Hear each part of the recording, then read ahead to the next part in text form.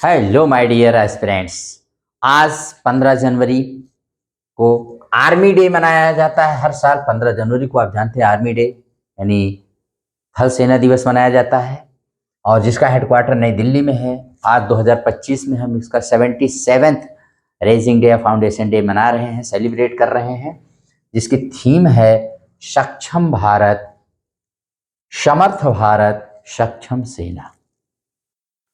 या थीम क्या रखे, याद रखिएगा, क्या है? समर्थ भारत, सक्षम सेना, capable India, empowered army. Capable India, empowered army. तो क्यों मनाते हैं हम इस दिवस को? तो जानिए, 15 जनवरी 1949 को हमारे पहले भारतीय जनरल के.एम. करियप्पा साहब ने पूरी सेना की कमान संभाली थी और इसीलिए इस दिन को मनाया जाता है। और ये आप जानते रहिए, वेरी इंपॉर्टेंट है। किसके बाद इन्होंने? तो जनरल सर फ्रांसिस बूचर के बाद इन्होंने पहले भारतीय थे जिन्होंने सेना की कमान संभाली थी। किसके बाद? General sir Francis butcher. तो उन्हीं की याद में ये 15 जनवरी को आर्मी डे के रूप में मनाया जाता है। और इस बार कहाँ मनाया जा रहा है? तो ये महाराष्ट्र के पुणे में मनाया जा रहा है। वैसे तो अमूमन दिल्ली में, लेकिन अब ये पुणे में आज मनाया जा रहा है, पहली बार पुणे में, जहाँ एनडीए नेशनल डिफेंस एकेडमी है और बहुत सारी सेना की चीज़ें हैं, ये भी जानते रहिएगा। और 30वें जो हमारे आर्मी चीफ हैं इसमें प्रेजेंटली जनरल उपेंद्र द्विवेदी ने वहाँ पर पुणे में ही क्या इनॉग्रेट किया? New upper limb training lab at Pune's artificial limb centre, वहां पर इनॉग्रेट किया है। ठीक है, तो इसको भी याद रखिएगा। और पहली बार है कि भारतीय माने आर्मी के परेड में किसी दूसरे देश की सेना बैंड लेकर के आई हुई है, यानी परेड में बैंड के साथ पार्टिसिपेट करेगी। और देश है नेपाल। तो जैसे भारत और नेपाल दोनों देशों के आर्मी एक दूसरे के यहाँ के आर्मी चीफ को मानद जनरल की उपाधि देती है। बहुत इंपॉर्टेंट है, जानते रहिएगा। हमारे यहाँ के अभी वहाँ के माने सेना की तरफ, वहाँ के लोगों की तरफ से राष्ट्रपति के द्वारा दिया गया और हमारे यहाँ के राष्ट्रपति द्वारा उनको दिया गया। इसको भी याद रखिएगा। कौन सी सेना आई है? तो पहली बार आई है नेपाल की सेना। तो नेपाल और भारत में बहुत गहरा संबंध है, इसको भी रिमेंबर रखिएगा। तब आपको थोड़ा सा और बता देते हैं। देखिए, थल सेना के जो प्रमुख थल होते हैं, सेना अध्यक्ष होते हैं, इसका मुख्यालय नई दिल्ली में है। और संख्या की दृष्टि से भारतीय थल सेना का विश्व में 3रा स्थान है। प्रत्येक वर्ष, मैंने बताया, 15 जनवरी को आर्मी डे मनाया जाता है। थल सेना जो हमारी आर्मी है उसको 7 कमांड्स में डिवाइड किया गया है, जिनमें एक ट्रेनिंग कमांड है और प्रत्येक command general officer commanding in chief के अधीन होती है। प्रत्येक command general officer commanding in chief के अधीन होती है। तो कमांड देख लीजिए, उसके हेडक्वार्टर देख लीजिए। जैसे पूर्वी कमांड है तो उसका मुख्यालय कोलकाता है, पश्चिमी कमांड है चंडीगढ़ है, उत्तरी कमांड है उधमपुर है, दक्षिणी कमांड है पुणे है, जहां आर्मी डे मनाया ही जा रहा है 2025, और मध्य कमांड है लखनऊ, दक्षिण पश्चिम कमांड है जयपुर, ट्रेनिंग कमांड है शिमला। याद रखिएगा, ट्रेनिंग कमांड एक यही है, 7वां, बाकी 6 तो कमांड है ही, ट्रेनिंग कमांड आपका शिमला में है। इसको भी अब आर्मी द्वारा कुछ और देशों के साथ जो मिलिट्री एक्सरसाइज की जाती है उसके बारे में थोड़ा सा जान लीजिए। तो मित्र शक्ति भारत और श्रीलंका के बीच में होती है। हैंड इन हैंड भारत और चीन के बीच में होती है। शक्ति मिलिट्री एक्सरसाइज भारत और फ्रांस के बीच में होती है। नोमैडिक एलिफेंट एक्सरसाइज भारत और मंगोलिया के बीच में होती है। युद्धाभ्यास भारत और अमेरिका के बीच में होता है। और सूर्यकरण भारत और नेपाल के बीच में होता है। इंदिरा सैन्य अभ्यास जो होता है वो भारत और रूस के बीच में होता है। और मैत्री भारत और थाईलैंड के बीच में। ये प्रमुख सैन्य अभ्यास हैं जो भारतीय सेना आर्मी विभिन्न देशों के साथ करती है। अब आप जानते हैं कि हमारे देश की सेना क्यों बनाई गई, आर्मी क्यों बनाई? भाई, देश की रक्षा के लिए। तो भारत की रक्षा के लिए सेना का गठन किया गया, आर्मी बनाई गई, और जिसका सर्वोच्च सेनापति भारत का राष्ट्रपति होता है। ठीक है। वो जो तीनों आर्मी है उनके चीफ तो होते ही हैं, आर्मी चीफ, नेवी चीफ है और एयरफोर्स। लेकिन इन तीनों का जो सर्वोच्च सेनापति अगर पूछा जाए तो वो कौन होते? सुप्रीम कमांडर इन चीफ जो होते हैं हमारे यहाँ के, वो कौन सुप्रीम कमांडर कौन है? तो भारत के राष्ट्रपति होते हैं। किंतु रक्षा संबंधित सारा कार्य केंद्रीय मंत्रिमंडल द्वारा किया जाता है और रक्षा मंत्री सशस्त्र सेनाओं के प्रशासन का सारा कार्य देखते हैं। ठीक है, तो आप इसको जानते रहिएगा, वेरी इंपॉर्टेंट। अब यहीं पर मैं आपको एक और घटना बताना चाहूंगा कि जो 15 जनवरी को तो आर्मी डे हम लोग मनाते हैं, 14 जनवरी को भी हम लोग मनाते हैं सशस्त्र सेना बल भूतपूर्व सैनिक दिवस। हर वर्ष ये मनाया जाता है, जैसे हर वर्ष ये आर्मी डे वैसे ही ये 14 जनवरी। क्या है दोनों में कनेक्शन? और इस बार 9वां सशस्त्र सेना बल भूतपूर्व सैनिक दिवस यानी आर्म्ड फोर्सेज वेटरन डे मनाया गया 9वीं बार।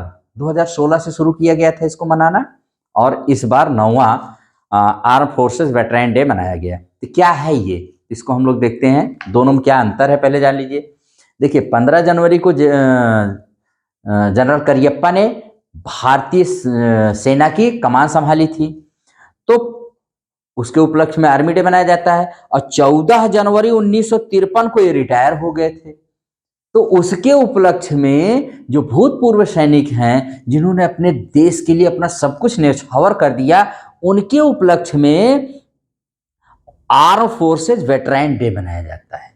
ये दोनों याद रखिएगा, बहुत ही इंपॉर्टेंट है ये दोनों चीजें। 14 जनवरी और 15 जनवरी दोनों आर्मी डे से रिलेटेड हैं। एक होता है आर्म्ड फोर्सेज वेटरन डे 14 जनवरी को, जब 1953 में वो रिटायर हुए थे करियप्पा साहब, और 15 जनवरी जो पहले भारतीय थे जो आर्मी सेना के कमांडर बने थे, मतलब वो आर्मी चीफ बने थे और वो फील्ड मार्शल भी बाद में बने थे। अब आज आपको बताते हैं कि हमारे देश के प्रधानमंत्री मोदी जी ने आज आर्मी डे के उपलक्ष्य पर नेवी में बहुत बड़ा काम किया, बहुत बड़ा सपना उन्होंने पूरा किया है।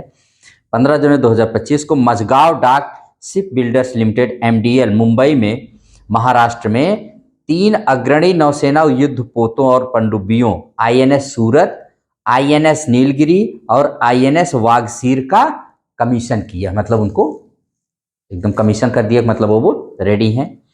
इसमें जानते रहिएगा INS नीलगिरी एक स्टेल्थ फ्रिगेट है और यह भारतीय नौसेना के प्रोजेक्ट 17A का पहला जहाज है जिसका उद्देश्य स्टेल्थ फ्रिगेट विकसित करना है। INS सूरत प्रोजेक्ट 15B के तहत निर्मित 4 गाइडेड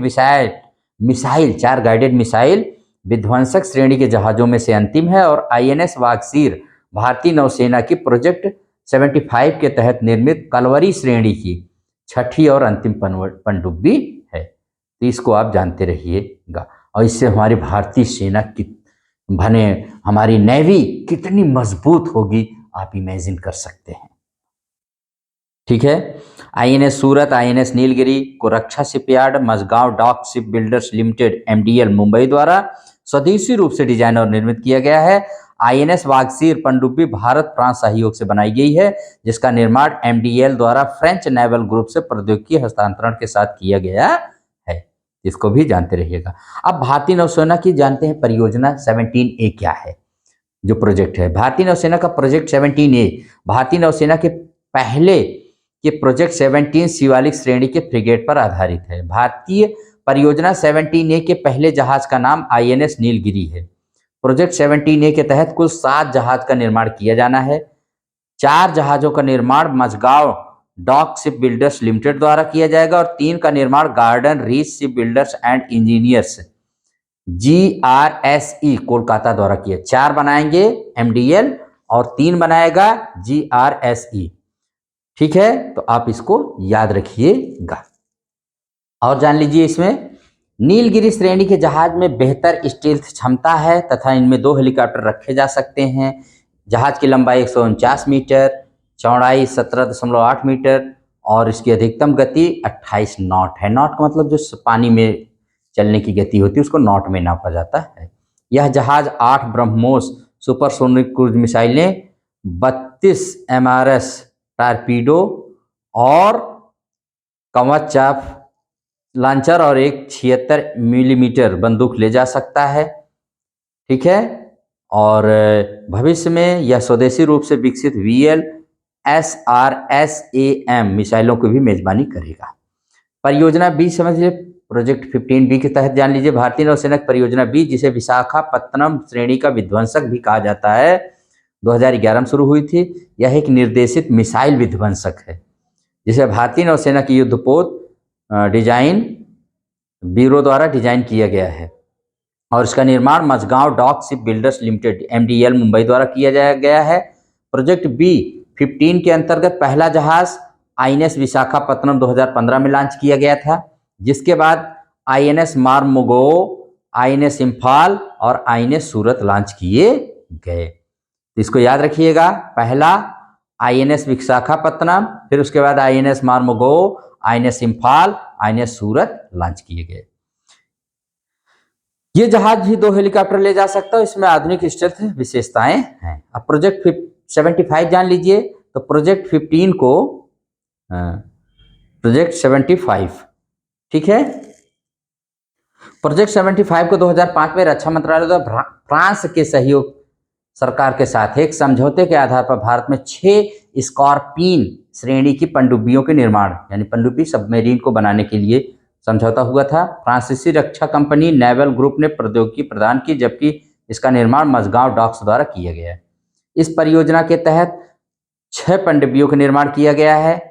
INS कलवरी, जिसे 2017 में लॉन्च किया गया, फिर INS Kalvari, INS Khanderi, INS करंज, INS वेला, INS वागीर, INS वागसीर शामिल हैं। तो ये हो गए 6, ठीक है। फिर से एक बार सुन लीजिए, INS Kalvari, INS Khanderi, INS करंज, INS वेला, INS वागीर और INS वागसीर। ये तो आज ये सबका किया गया है इस आर्मी डे के मौके पर।